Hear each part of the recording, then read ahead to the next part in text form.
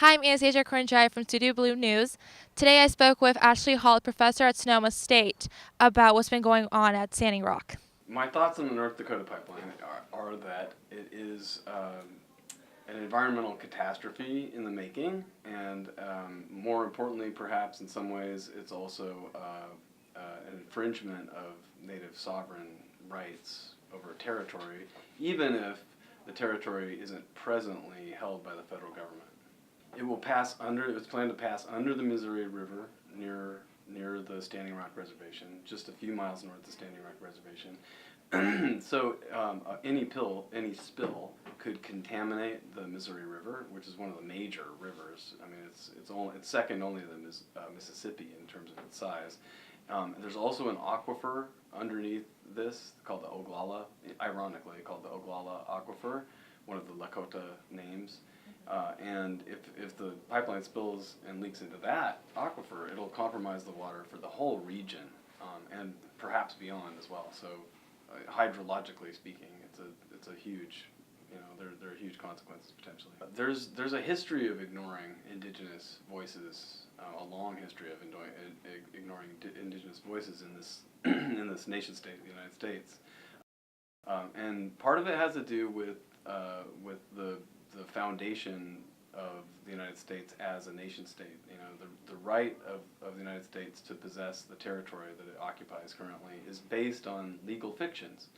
And so when those legal fictions are questioned in any sense, and they have been most strongly questioned by Native Americans over the years, it is something that the mainstream society and government does not want to hear. So for that reason alone, there's an intentional attempt to ignore or even silence Native voices. So that's one of the reasons, again, that it's even more important it's all the more important to hear what the protectors at Standing Rock are saying, and other indigenous people around the world too, for that matter. Leadership of women is another really important aspect of all of this. If you listen to what the protectors at Standing Rock say, they're following the lead of the women. The women are the ones that are really paving the way. They're the ones that are directing the peaceful struggle, the peaceful protective action. And I think that the rest of society could benefit from that as well.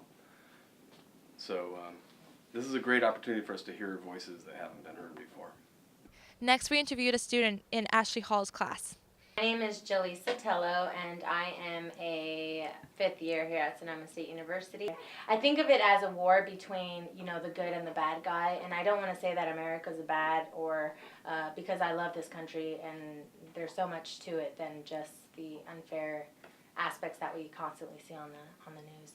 But I think it's brilliant in the sense that everything happens for a reason, and this has allowed a lot of attention to what should have been brought to attention and basically to the spotlight decades, years, centuries ago, and that's the truth behind the unfair treatment of Native Americans. And so they're fighting for their land, and though I can't be there and I don't know enough to stand in the front lines and say what I feel, it's good to know that there are people standing up for what is rightfully theirs, and that when you see videos about basically the behind the scenes videos of Standing Rock and the fight against the pipeline, it's hard to not notice that the Native Americans are so powerful, yet so calm and so appeasing.